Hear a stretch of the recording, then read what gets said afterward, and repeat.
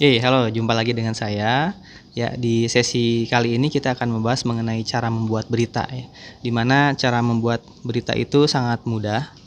Jadi kalian tinggal datang ke satu tempat yang dilalui banyak orang, kemudian coba tidur di situ ya, pinggir jalan. Nah, nanti pasti akan ada berita di koran, di internet, TV ya, judulnya seperti ini.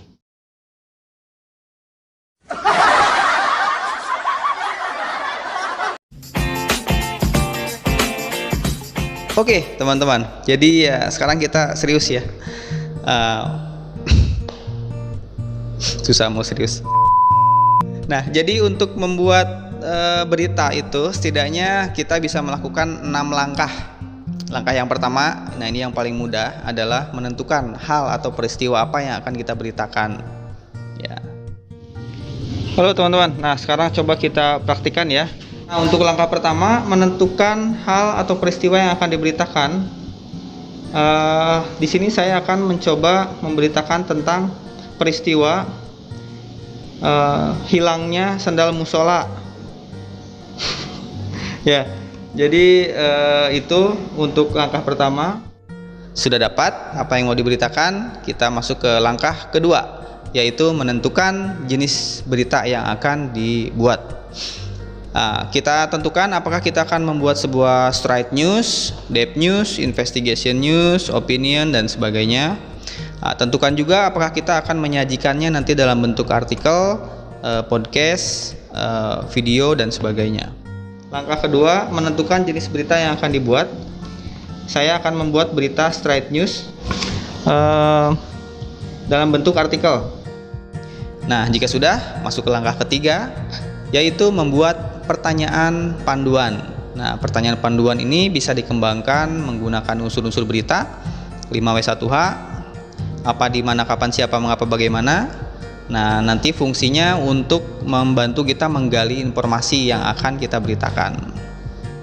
Kemudian langkah ketiga, membuat pertanyaan panduan.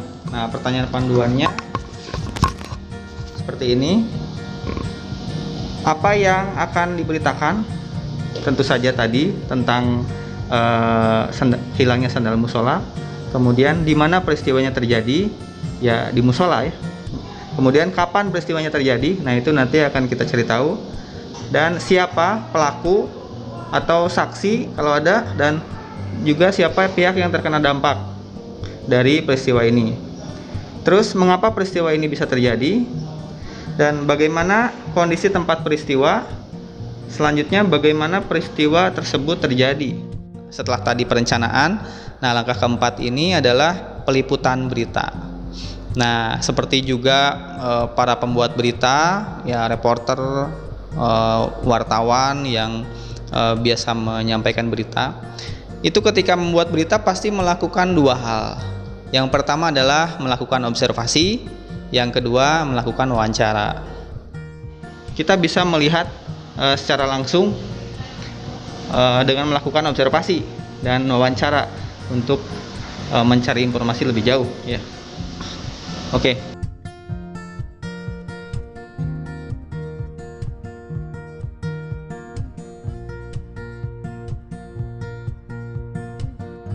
Three hours later.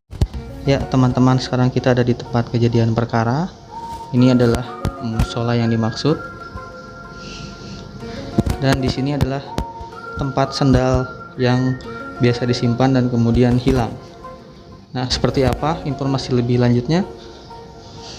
Saya akan menghubungi seorang marbot atau penjaga masjid ini.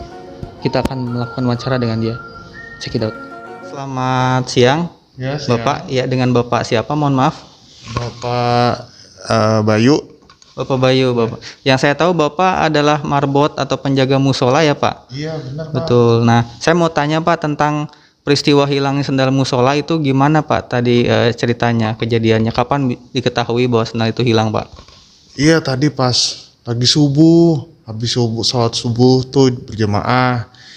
Saya lagi bersih-bersih tuh. Nah, saya kan apal tuh jumlah sandal di musola tuh ada berapa. Ya, nah, biasanya tuh ada 3 pasang. Ya. Ini tiba-tiba jadi 2 pasang. Nah, itu kemana itu? Saya pikir kok Nggak ada, harusnya ada. Nanti saya yang dimarahin ini. Apa sejauh ini sudah ketahuan Pak kira-kira siapa yang mengambil sendal tersebut? Aduh, kejadiannya pas lagi pagi-pagi sih Mas. Jadinya saya juga kan waktu pas lagi sholat subuh juga saya ikut jemaah. Jadi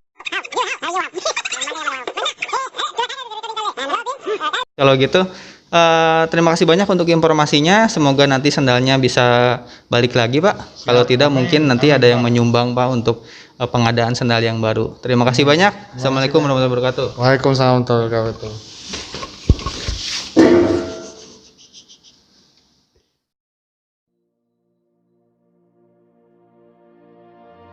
Oke, selanjutnya langkah kelima. Langkah kelima adalah mengolah informasi hasil dari observasi dan wawancara.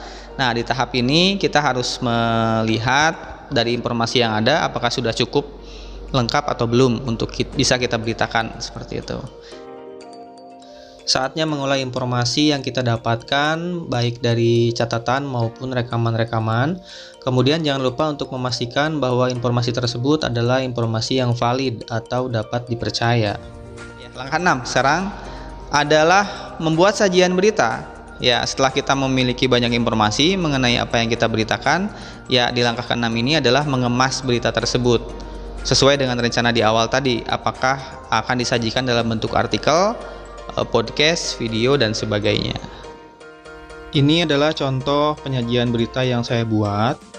Yang perlu teman-teman ketahui, berita itu selalu disajikan secara sistematis ya. Dan penyajiannya ada berbagai macam. Salah satunya adalah penyajian menggunakan struktur lead atau teras berita, body atau badan berita, dan tail atau penutup.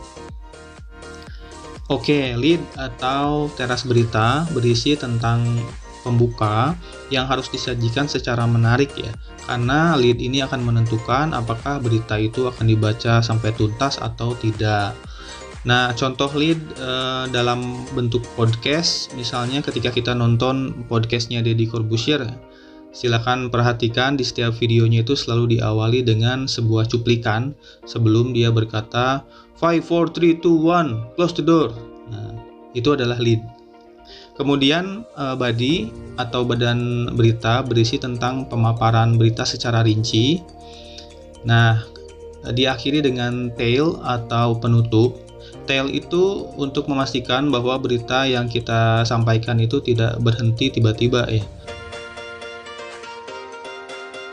Biasanya informasi tambahan disajikan di tail ini untuk menutup keseluruhan berita. Oke, gimana teman-teman? Sudah selesai belajar cara membuat beritanya? Tentu langkah-langkah itu masih bisa dimodifikasi ya, terutama jika kalian ingin membuat berita berjenis depth news atau investigation news. Nah, jadi silahkan eksplorasi secara mandiri, silahkan praktikan. Hidup pemuda harapan bangsa, salam merdeka belajar.